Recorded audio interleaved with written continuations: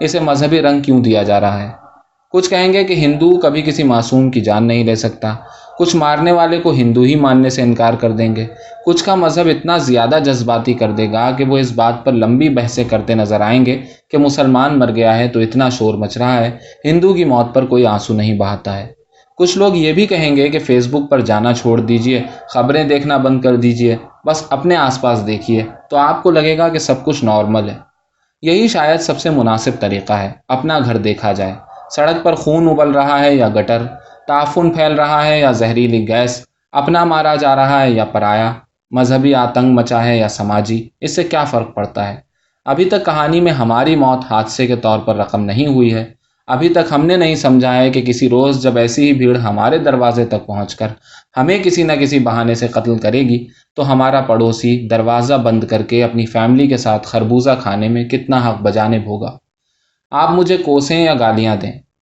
مگر میں نے اپنی زندگی میں جتنی موتیں مذہبی بنیادوں پر ہوتے دیکھی ہیں، اتنی تو کسی وبا میں بھی جاتی ہوئی جانوں کا شاہد نہ ہو سکا۔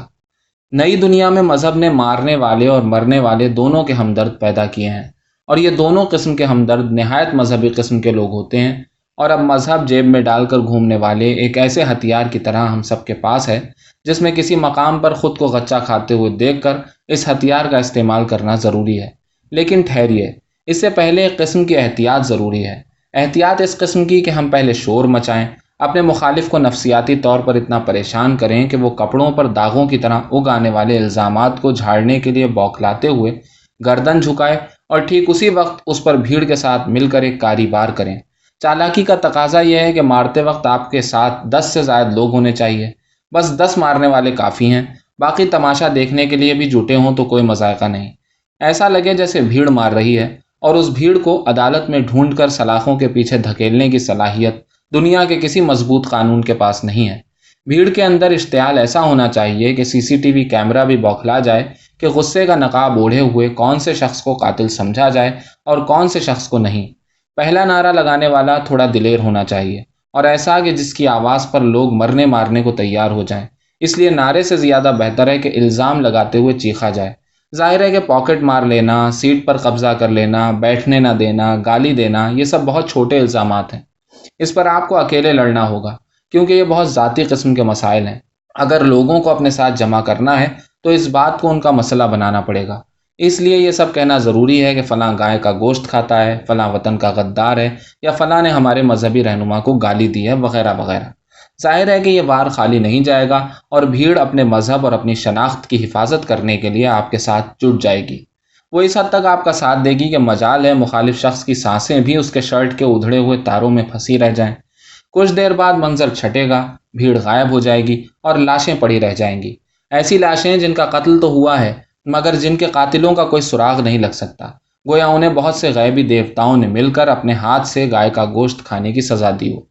میں سمجھتا تھا کہ ہمارے ملک کے لوگ اتنے حساس تو ہوں گے کہ ان ماؤں سے پہلے ہی شرمندہ ہوں جن کے بیٹے پڑھتے پڑھتے اچانک ایک روز ایسے غائب ہو جاتے ہیں گویا انہیں دھرتی ماں نے اپنی شرمگاہ میں اونڈیل لیا ہو۔ ان کے خون سے لت پت چہروں، پھٹے اور تار تار ہوئے جسموں کی بدبو سونگھنا بھی ان کے گھر والوں کو نصیب نہ ہو سکے، مگر اس ملک کے لوگ شرمسار نہیں ہیں بلکہ تیار ہیں۔ ظاہر ہے کیوں کر نہ ہوں گے، دونوں طرف مذہبی نفرت کا بازار گرم ہے۔ اس ملک میں اپنا سیاسی الو سیدھا کرنے کے لیے بھولے بھالے غریب ہندوؤں کو، جنہیں صاف پانی اور اچھی نوکریوں کی بنیادی سہولتیں حاصل نہیں، لو جہاد اور مغلوں کے ظلم کے خلاف اتنا اکسایا گیا ہے کہ اب پڑھے لکھے تہذیب یافتہ ہندو بھی سمجھنے لگے ہیں کہ تاریخ کے ظلم کا بدلہ لینے کا صحیح وقت آن پہنچا ہے۔ بات صرف سڑکوں کے نام بدلنے تک رہتی تو کوئی مسئلہ ہی نہ تھا۔ میں خود اس بات کو ٹھیک سمجھتا ہوں کہ موجودہ حکومتیں اپنی مرضی کا نصاب یعنی سلیبس پڑھوائیں، اپنی مرضی سے سڑکوں اور سرکاری کاریالوں کے نام رکھیں، مگر جس بھیڑ کلچر کو انہوں نے پروموٹ کیا ہے،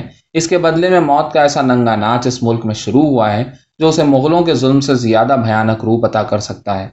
مسلمانوں کے مذہبی اور سیاسی عقائد و طرائق پر تنقید اپنی جگہ، مگر ان کے قتل پر اکسانے والی سیاست ایک گھنونی حرکت ہے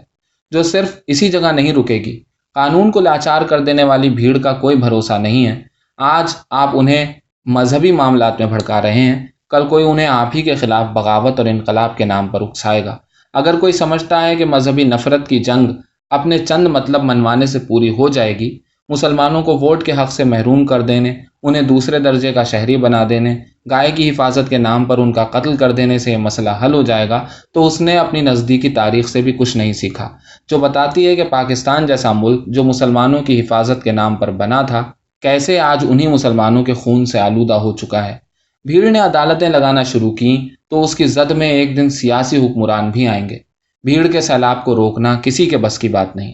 بس آپ دھیرے دھیرے انہیں ان کی قوت کا احساس دلا رہے ہیں۔ جو کام آج آپ ان سے لے رہے ہیں، وہ کام کل بھیڑ میں موجود کچھ ہوشیار اپنے مطلب کو پورا کرنے کے لیے نکالیں گے۔ یہی آگ جب آپ کے دامن تک پہنچے گی تو آپ کو احساس بھی نہیں ہوگا کہ ایسا کیسے ہو گیا۔ کل کو انگریزی میڈیم میں پڑھنے والے بچوں کو پتھروں سے مار دیے جانے کی خبر جب آپ کسی نیوز ایپلیکیشن پر پڑھیں تو چونکیے گا مت، کیونکہ زبان کی حفاظت بھی بالآخر بھیڑ کا ہی کام ہے۔ اسی زمین پر محنت اور بھاری سرمایہ سے لگائی جانے والی کمپنی کو اگر اسی لیے بھیڑ نظر آتش کر دے کہ اس کے کان میں کسی نے یہ راز پھونک دیا ہو کہ اس میں ان جانوروں کی کھالوں سے کپڑے، قالین، صوفوں کے کور یا پھر دیگر چیزیں بنائی جاتی ہیں جنہیں تم مقدس مانتے ہو، تو پھر آپ کیا کریں گے؟ بھیڑ کو روکنا کسی کے بس کی بات نہیں، مگر بھیڑ کو اکسانے والی کوششوں کو روکنا حکومتوں کے ہاتھ میں ہے۔ حکومت، عدالت اور اس ملک کی سیاست کو چلانے والے اداروں کو سمجھنا پڑے گا کہ مرنے والے اور مارنے والے دونوں کا تعلق مذہب سے ہے، اس لیے مذہب کو عوام کا ریموٹ کنٹرول بنانے سے جس قدر ممکن ہو روکا جائے، ورنہ اس نفرت کی آگ میں ایوب پنڈت اور جنید جیسے افراد یوں ہی جھلستے رہیں گے، اور ایک وقت وہ آئے گا جب اس آگ کو روکنا ناممکن ہو جائے گا۔ ہندوستان زندہ باد کا نعرہ لگانا کافی نہیں، بلکہ اسے زندہ رکھنا ہم سب کی ذمہ داری ہے۔ خانہ جنگی کی صورتحال پیدا کرنے سے بہرحال ہندوستان کا ہی نقصان ہوگا، اور اس نقصان کی تلافی ہوتے ہوتے بہت سی ماؤں کی آنکھیں اپنے بچوں کے تابناک مستقبل کو جامنی رنگ کے سوجے ہوئے پپوٹوں میں دفن کر دیں گی۔